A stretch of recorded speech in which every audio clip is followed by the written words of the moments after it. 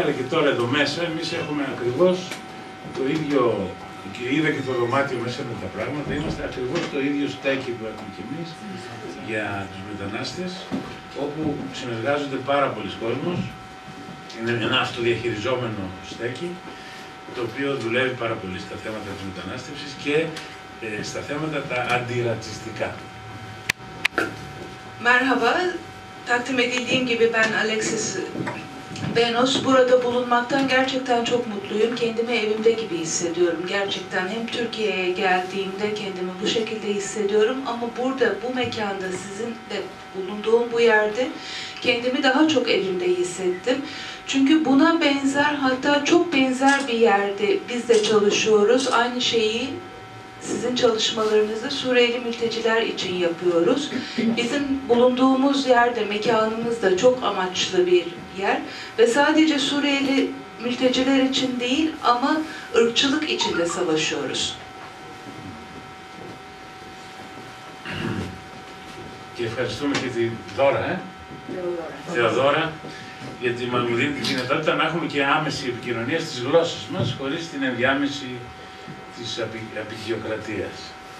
Theodora'ya da teşekkür etmek istiyorum diyor. Çünkü bize en azından kendi ana dillerimizde konuşma fırsatını veriyor. Araya farklı bir dil koymadan. Είμαι γιατρός, είμαι συνάδελφος με τη Φεριτέ και δουλεύω και εγώ στο Πανεπιστήμιο. Ίδια δουλειά κάνουμε δηλαδή περίπου, χειρότερη εγώ από τη Φεριτέ. Και είμαι και μέσα στο κίνημα γενικά το κίνημα το πολιτικό, κοινωνικό, το αντιρατσιστικό και αρκετά χρόνια δουλεύω στο θέμα της προστασίας των κοινωνικών και πολιτικών δικαιωμάτων. Ben de Feride ile meslektaşım. Onunla aynı işi yapıyorum. Doktorum, üniversitede doktor olarak görev yapıyorum. Hatta ondan daha ağır ve daha kötü çalıştığımı da söyleyebilirim. Ama onun dışında kültürel, toplumsal ve ırkçılığa karşı çalışmalar da yapıyorum. Toplumla ilgili bu alanlarda elimden geldiğince faal olmaya çalışıyorum.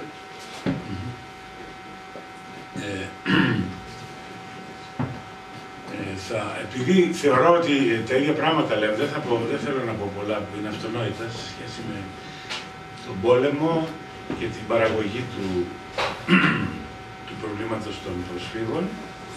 Θεωρώ ότι μεταξύ μας τα έχουμε ξεκάθαρα εδώ. Εάν χρειάζεται μπορούμε να το συζητήσουμε αν θέλετε και να συμμετάσχει και κόσμος στην κουβέντα.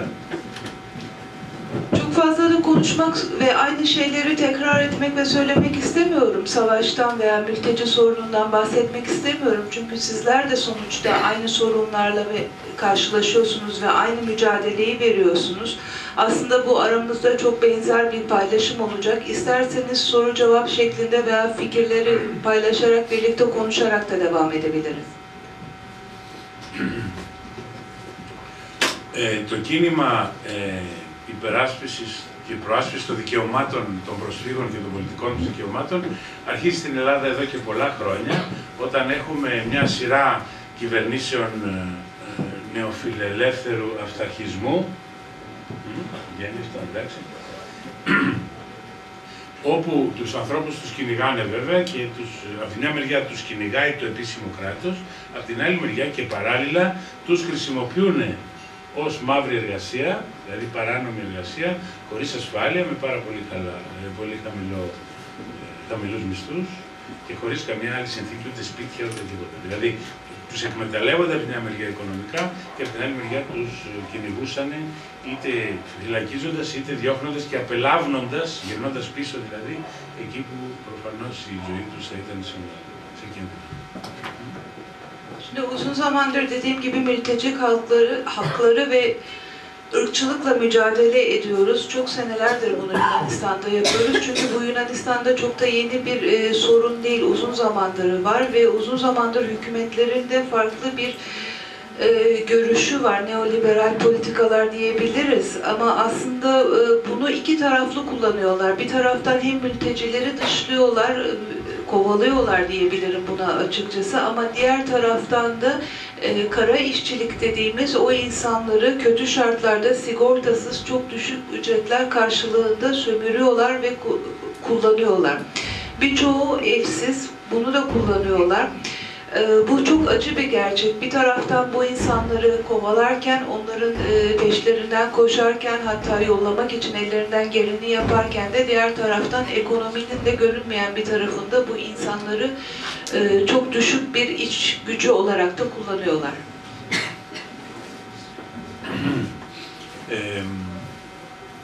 Είχαμε πρώτα απ' όλα ένα κύμα μεταναστών, δεν ξέρω αν έχει τη διαφορά, και πρόσφυγες. Ένα κύμα οικονομικών μεταναστών που ήρθε από τη Βόρεια Αφρική πρώτα και σιγά σιγά βέβαια δυστυχώς και με τις εξελίξεις στη Λιβύη, στην Βόρεια Αφρική και στην Μέση Ανατολή, Συρία κτλ. Άρχιζε να διευρύνεται και το κύμα των προσφύγων. Άρα πρώτα έχουμε τους μετανάστες. Και πάνω σε αυτό το θέμα των μεταναστών αναπτύσσεται το πρώτο kínima αλληλεγγύης. Şimdi burada iki farklı şey var, iki akım yaşandı aslında Yunanistan'da. Biri mülteci, siyasi mülteciler vardı, diğeri ise sığınmacılardı. Bildiğiniz gibi Kuzey Afrika'dan bir göç başladı. Özellikle Libya taraflarında mülteci olarak gelenler vardı. Onlarla ilgili çalışmalar yapılırken daha sonrasında yine Suriye'den başlayan bu sığınmacı akını başladı. İkisi aslında iki farklı konu, iki farklı şekilde değinmemiz gerekecek.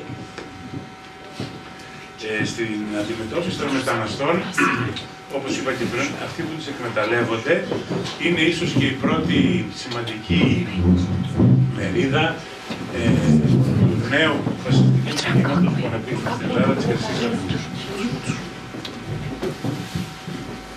Mülteci sorunlarına değinmek gerekirse dediğimiz gibi onları kullanan ve onlardan istifade eden yeni faşistler dediğimiz, Altın Şafak dediğimiz grup var ve onlar çok ciddi bir şekilde bu insanları iş gücü olarak kullanıyorlar ve sömürüyorlar. Απ' την άλλη μεριά, σε ένα περιβάλλον πολιτικής έντασης και ιδιαίτερης καταστολής και του ντόπιου, του ελληνικού κινήματος, έχουμε την ανάπτυξη από τα κάτω, και είναι σημαντικό αυτό, ενός κινήματος αλληλεγγύης απέναντι στους μετανάστες και στήριξή τους απέναντι στην καταστολή και από τη Χρυσή Αυγή και από το κράτος. Diğer taraftan da yine bu yeni oluşum faşistlerin dışında halktan gelen, siyasal olarak da gelen, halktan gelen bir akım var. Bu insanlar, bu mültecilere, bu Altın Şafak tarafından kullanılan ve istismar edilen mültecilere hem yardım ediyorlar hem de farklı konularda destek veriyorlar. Θα πω ένα παράδειγμα που αφορά και το τι κάναμε και ειδικά στην Σελάνικ, αλλά έχει σημασία για το σαν ιστορία για να δούμε πώς αναπτύχθηκε το κίνημα. Άρα έχουμε κάποια στιγμή μετανάστες από την Βόρεια Αφρική, οι οποίοι δουλεύουν για 3 χρόνια κανονικά και ξαφνικά η κυβέρνηση, η συντηρητική, τους κόβει την ασφάλεια υγείας, τη δυνατότητα πρόσβασης στην υγεία. Δηλαδή, γιατί τους ζητάει να δουλεύουν περισσότερες ώρες για να πάρουν. Άρα ξαφνικά μένουν χωρίς ασφάλεια υγείας αυτοί και οι οικογένειές τους.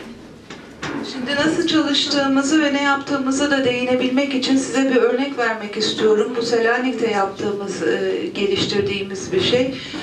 Daha önce de söylediğim gibi Kuzey Afrika'dan, özellikle Libya'dan gelen mülteciler vardı. Bu insanlar 3 yıl boyunca belirli haklara sahip olarak çalıştılar ama bu hükümet değişiklikleriyle yaşanan şey bu insanların sağlık sorunları, sağlık sigortalarının aniden kesilmesi oldu. Niye bu sağlık sigortalarını ve sigortalarını kestiler bu insanların? Çünkü onları daha çok kullanıp onlardan daha çok faydalanmak istiyorlardı. Onları daha uzun süreli, uzun saatlerde çalıştırmak istiyorlardı. Ama bunun sonucunda hem çalışanın hem ailelerinin bir sosyal sigortası ve sağlık sigortası ortadan kalkmış oldu. Οι αγωνιστές αυτοί άρχισαν λοιπόν μια μεγάλη, μακριά και σοβαρή, δηλαδή πολύ αυστηρή απεργία πείνας. Και όσο προχωρούσε η απεργία πείνας, βέβαια είχαν προβλήματα υγείας. Και έτσι εκεί γεννήθηκε η ιδέα του κοινωνικού ιατρείου αλληλεγγύης της Θεσσαλονίκης. Δηλαδή φτιάχτηκε μια ομάδα από επαγγελματίες υγείας, οι οποίοι προφανώς εθελοντικά περιποιήθηκαν, δηλαδή δημιουργήθηκε όλο υποδομή, να είμαστε μαζί τους, κοντά τους, 24 ώρες το 24ωρο, με τα αναγκαία, ό,τι χρειαζόταν για να τους fırındήσουμε την υγεία τους. Tabii bu hakları ellerinden alındıktan sonra bu insanlar da bir şekilde tepki vermek ve mücadele etmek zorundaydılar ve çok ağır koşullarla bir açlık grevine başlattılar. Bu uzun süren bir açlık greviydi. Tabii bunun neticesinde de çok ciddi sağlık sorunlarıyla karşılaştılar. İşte bu gelişmelerden sonra biz bir grup gönüllü doktor ve sağlıkçı ekibi olarak onlara destek vermeye başladık ve oluşumumuz bir şekilde de gelişmeye başladı. Έτσι δημιουργήθηκε το κίνημα των ιατρίων κοινωνικής αλληλεγγύης, τα οποία ο σκοπός τους ήταν πρώτα απ' όλα να απαντήσουν στις ανάγκες για φροντίδα υγείας των μεταναστών, αλλά και οποιοδήποτε άλλο είχε ανάγκη, δηλαδή ανέργων κτλ. Άρα ήταν μια πρώτη απάντηση σε μια μαυρίλα πραγματικά, σε μια περίοδο που ήταν πολύ άσχημα τα πράγματα, μια πρώτη απάντηση αλληλεγγύης. Ότι μόνο με αλληλεγγύη μπορούμε να απαντήσουμε στη βαρβαρότητα. Tabii bu gelişmelerin karşısında bir toplumsal yardım derneği de oluşturmuş olduk. İlk aşamada bizim yaptığımız bu insanların sağlık sorunlarını anında çözebilmek ve o konuda yardımcı olabilmek. Önceliğimiz sağlık sorunuydu ama ondan sonra diğer sorunlarına da işsizlik gibi, evsizlik gibi, barınma gibi sorunlarına da el attık ve bu bir şekilde toplumdaki kara yarayı, bu kara faşizmi diyebiliriz, ancak birlikte işbirliğiyle mücadele ederek çözebileceğimizin de örneğini vermiş olduk. Τα ιατρία αλληλεγγύης βέβαια, αυτό είναι παρένθεση, αλλά είναι σημαντικό για να ξέρουμε και τι γίνεται, να καταλάβουμε λίγο τι γίνεται στην Ελλάδα. Πάρα πολύ γρήγορα, το μεγαλύτερο μέρος των ανθρώπων που φροντίζουν και σήμερα δεν είναι τόσο μετανάστες όσο ντόπιοι. Δηλαδή άνθρωποι οι οποίοι ξαφνικά χάσανε την περίθαλψή τους, τα δικαιώματά τους, είναι άνεργοι. Το μεγαλύτερο βάρος είναι η ανεργία, η οποία φέρνει μαζί της και την ανασφάλεια, την έλλειψη ασφάλειας υγείας. Άρα σήμερα δουλεύουν αυτά, είναι ένα μεγάλο δίκτυο κοινωνικής αλληλεγγύης όσον αφορά την υγεία, το οποίο συνδέεται και ουσιαστικά κουμπώνει με το δίκτυο για τους μετανάστες, για τη φροντίδα των μεταναστών, και όλοι μαζί υπάρχει ένα μεγάλο κίνημα, δηλαδή αλληλεγγύης αυτή τη στιγμή, που είναι αλληλεγγύη για το φαΐ, κάνουμε κουζίνες αλληλεγγύης σε όλα τα επίπεδα, και ήρθε τώρα να παντρευτεί βέβαια και με το κίνημα αλληλεγγύης στους πρόσφυγες. Tabii ki bir parantez açmam gerekiyor burada. Çok önemli bir konu. Bizim burada yardım ettiğimiz insanlar, destek verdiğimiz insanlar aslında sadece mülteciler değil. Aynı zamanda kendi halkımıza da destek veriyoruz. Bildiğiniz gibi büyük bir işsizlik söz konusu ve işlerini kaybeden insanlar da sigortalarını da kaybettikleri için bütün sağlık ihtiyaçlarında da onlara yardımcı olmamız gerekiyordu. Ve bu halka gittikçe büyümeye başladı. Sadece sağlık konusunda veya diğer konularda değil ama yemek dağıtma konusunda da o insanlara, evsiz kalanlara, işsiz kalanlara, sosyal sigortaları olmayanlara yardım etmek zorunda kaldık. Bu yardımlaşma halkası gittikçe genişledi ve yayıldı ve bunun içine mülteciler de dahil oldular. Και φτάνουμε στο σήμερα το προσφυγικό πρόβλημα, όπου η προηγούμενη κυβέρνηση, η δεξιά κυβέρνηση, η πολιτική της ήταν να διώξει το πρόβλημα από τη χώρα, άρα γι' αυτό το λόγο φτιάξανε και τον τοίχο στον Εύρο, το φράκτη στον Εύρο, και η πολιτική τους ήταν μέχρι και να πυροβολούν τις βάρκες που έρχονταν από την Τουρκία προς τα νησιά μας. Αυτό άλλαξε σημαντικά, πρέπει να αναγνωρίσουμε, από την νέα κυβέρνηση του ΣΥΡΙΖΑ, όπου σταματήσε αυτό και στη θέση δηλαδή της απόθυσης, όπως το λέγανε, είναι πλέον η φροντίδα, άρα αναπτύχθηκε, βοηθήθηκε μάλλον το κίνημα φροντίδας των μεταναστών, το οποίο υπήρχε των προσφύγων, το οποίο ήδη είχε αναπτυχθεί στα νησιά από τα κάτω. Και πάλι είναι πολύ σημαντικό αυτό. Δηλαδή βλέπουμε ανθρώπους σε όλα τα νησιά όπου έρχονται πρόσφυγες, οι οποίοι χωρίς τίποτα και χωρίς καμιά άλλη καθοδήγηση, τέλος πάντων ούτε καν βοήθεια από κανέναν, να έχουν αναπτύξει ένα σημαντικότατο δίκτυο αλληλεγγύης, το οποίο με φαντασία, με προσφορά, με εθελοντισμό, κάνει ό,τι μπορεί βέβαια για να απαντήσει στις ανάγκες αυτών των ανθρώπων. Tabii ki bugünkü mülteci sorununa da değinmemiz gerekiyor. Bildiğiniz gibi bundan öncesinde Yunanistan'da sağ bir hükümet vardı ve bu hükümetin mültecilere bakış açısı onları tamamen dışlamak ve ülkeye almamaktı. Sınırda da örülen duvar onların zamanında yapıldı ve sadece duvarla da kalmadılar. Teknelerle veya botlarla gelen mültecilere, deniz yoluyla gelen mültecilerin botların ve tekneleri kurşunlanıyordu. Hatta denizde öldürülüyordu bunlar.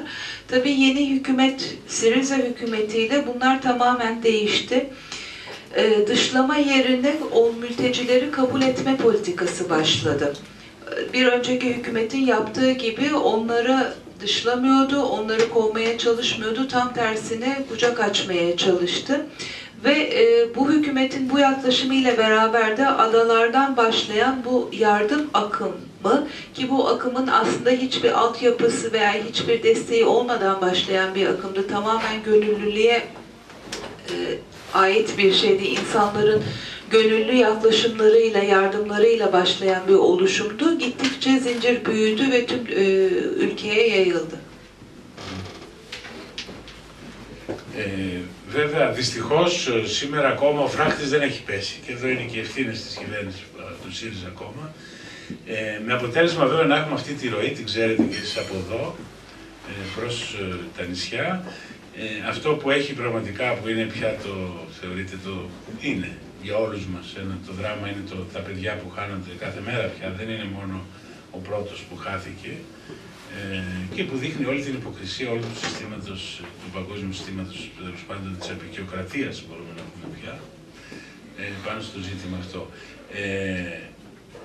Το κίνημα λοιπόν συνεχίζει τώρα πλέον, εκτός από τα νησιά που το ξέρετε, που είναι δηλαδή υποδοχή, από εκεί και πέρα υπάρχει κίνημα όταν πηγαίνουν οι πρόσφυγες με τα πλοία στον Πειραιά, στην Αθήνα, όπου μένουν κάποιες μέρες και έχει δημιουργηθεί και εκεί ένα μεγάλο κίνημα υποδοχής τους, φαγητό, κάπου να μείνουν και αυτά, και μετά λεωφορεία και ανεβαίνουν στα σύνορα προς τη Μακεδονία, όπου πάλι εκεί, ανάλογα με τις πολιτικά παιχνίδια, ανοίγουν πλέον τα σύνορα, οπότε και εκεί υπάρχει ένα τεράστιο κίνημα φροντίδας των ανθρώπων εκεί, με φαγητά, με ρούχα, και μάλιστα προχθές πήγε και ένας Σύριος και μουσικός, ο οποίος είναι μετανάστης στην Ελλάδα, και είναι μουσικός και έπαιξε τραγούδια και ήταν πολύ συγκινητικά μαζί με τους Σύριους στα σύνορα Ελλάδας-Μακεδονίας.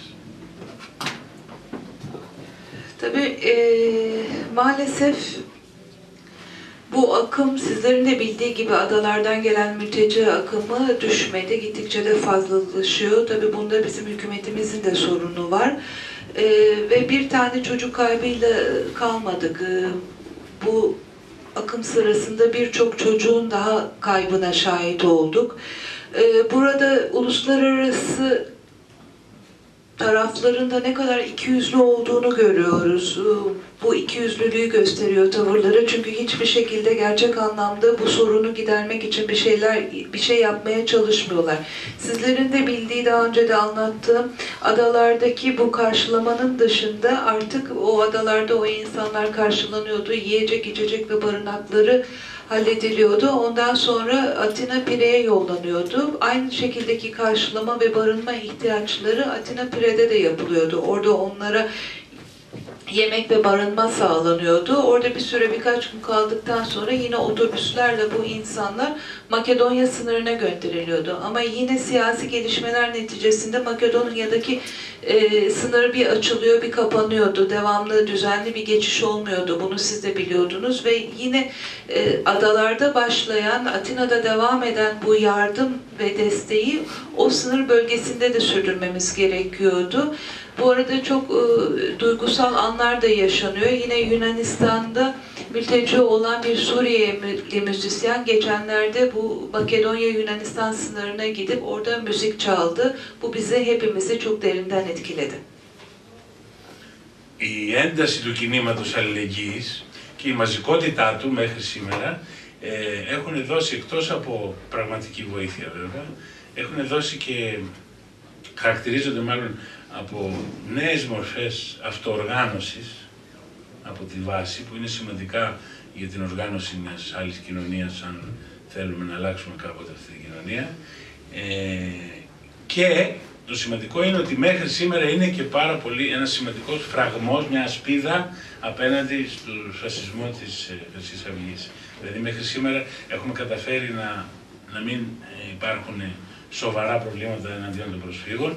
Τώρα βέβαια είμαστε ακόμα πιο σε επιφυλακή μετά το Παρίσι, διότι ήδη και από την Ευρώπη ολόκληρη, αλλά και στη χώρα μας βέβαια, έχουν αρχίσει να γίνεται η εξίσωση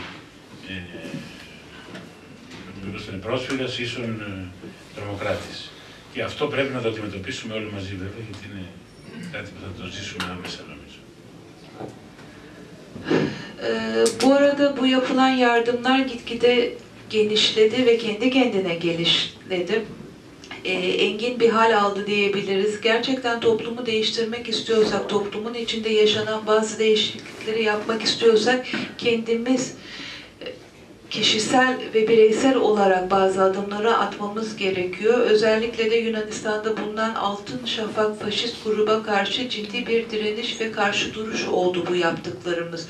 Bunun da mücadelesini veriyoruz çünkü bazı şeylerin artık toplumda değişmesi gerekiyor. Ancak yine Paris'teki saldırıdan sonra, yaşanan acı olaydan sonra bizim görevimizde yine bir artış oldu. Çünkü orada yaşanan sorun aynı şekilde Yunanistan'da da olabilir. Evet, artık eskisi gibi çok mültecilere yönelik çok ciddi saldırılar yok. En azından bunun önüne geçmiş olduk. Fakat şu anda da bütün Avrupa'da olduğu gibi Yunanistan'da da Paris saldırısından sonra mülteci ile terörist farkını insanlara anlatmamız ve bunun mücadelesini vermemiz gerekiyor. So today we were just discussing before with other comrades here that I'm sorry. I'm going to speak Turkish.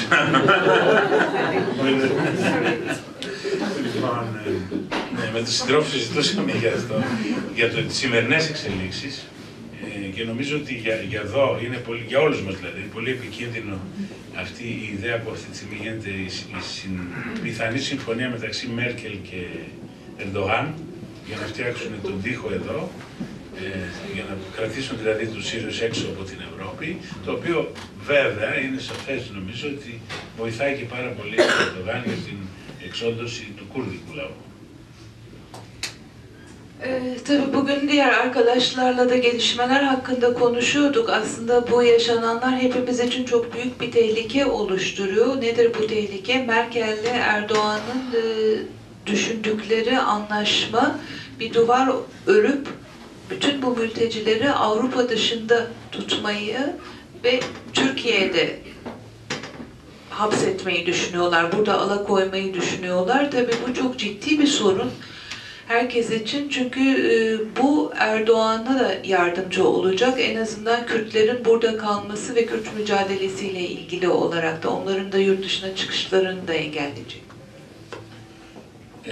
Οπότε θεωρώ ότι εμείς ενώ όλοι εμείς εδώ που είμαστε κάνουμε ήδη πολύ σημαντικό έργο, βοηθάμε, η αλληλεγγύη είναι σημαντικότατη και σαν κίνημα και σαν αποτέλεσμα, αλλά είναι καιρός να αρχίσουμε πλέον να βλέπουμε και τις αιτίες του προβλήματος, δηλαδή να μιλήσουμε και να αντιμετωπίσουμε και να αντιτεθούμε στον πόλεμο και στις αιτίες που δημιουργήσανε τον πόλεμο. Άρα δηλαδή με ένα διεθνές κίνημα, θεωρώ εγώ, ένα νέο διεθνισμό δηλαδή, να απαντήσουμε στην πρόκληση πλέον που είναι η καταστροφή, η βαρβαρότητα και να απαντήσουμε με ένα πολύχρωμο κίνημα το οποίο να βάλει τους όρους για μια νέα κοινωνία. Και με αυτό κλείνω και δίνω το λόγο για να συζητήσουμε κιόλας.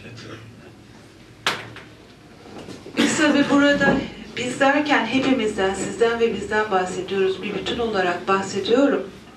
Artık çok önemli bir şey yaptığımızın farkındayız.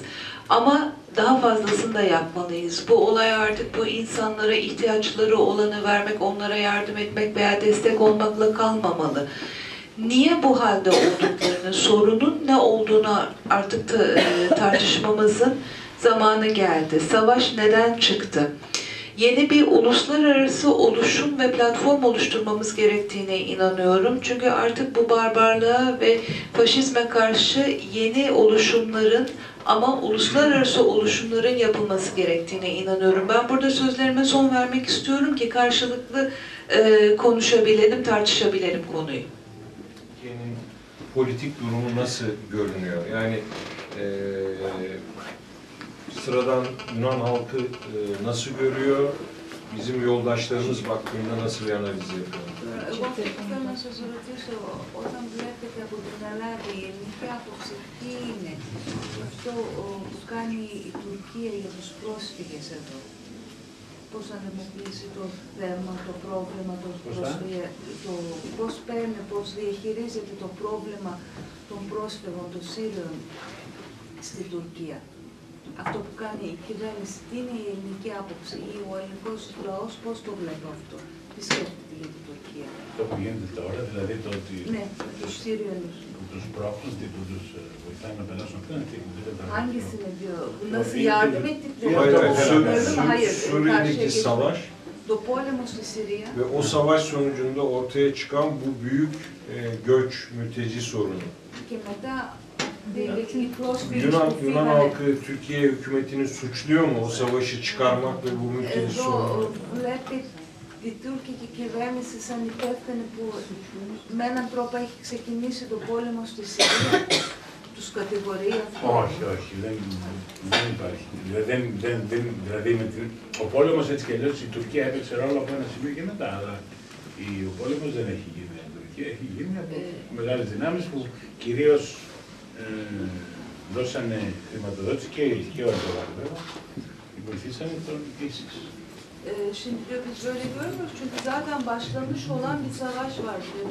Savaşın başlamasına neden olan büyük güçlerdi diyor. Ama tabii ki bir saatten sonra Türkiye de buna müdahil oldu. Türkiye de girdi ama bunun asıl sorumlusu onu finansal olarak besleyen taraflardı. Ki Erdoğan'ın da son adı nedir artık? IŞİD, DAEŞ. ISIS, onlara da para verdiklerini biliyoruz. Αυτό που καταλαβαίνουμε εμείς είναι ότι ο Ερντογάν εκμεταλλεύεται τον πόλεμο που υπάρχει ήδη για να παίξει και ρόλο σε διεθνές, αλλά κυρίως για να χτυπήσει το κουρδικό κίνημα. Artık bildiğimiz ve gördüğümüz Erdoğan'ın bu hali hazırda olan savaşı kullandığı ve bundan bir şekilde yararlandığı onu görüyoruz ve bununla da Kürt akımını da vurmak istiyor.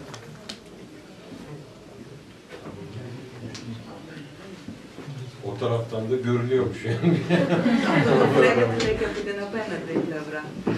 Το βλέπετε και από την απέναντι πλευρά.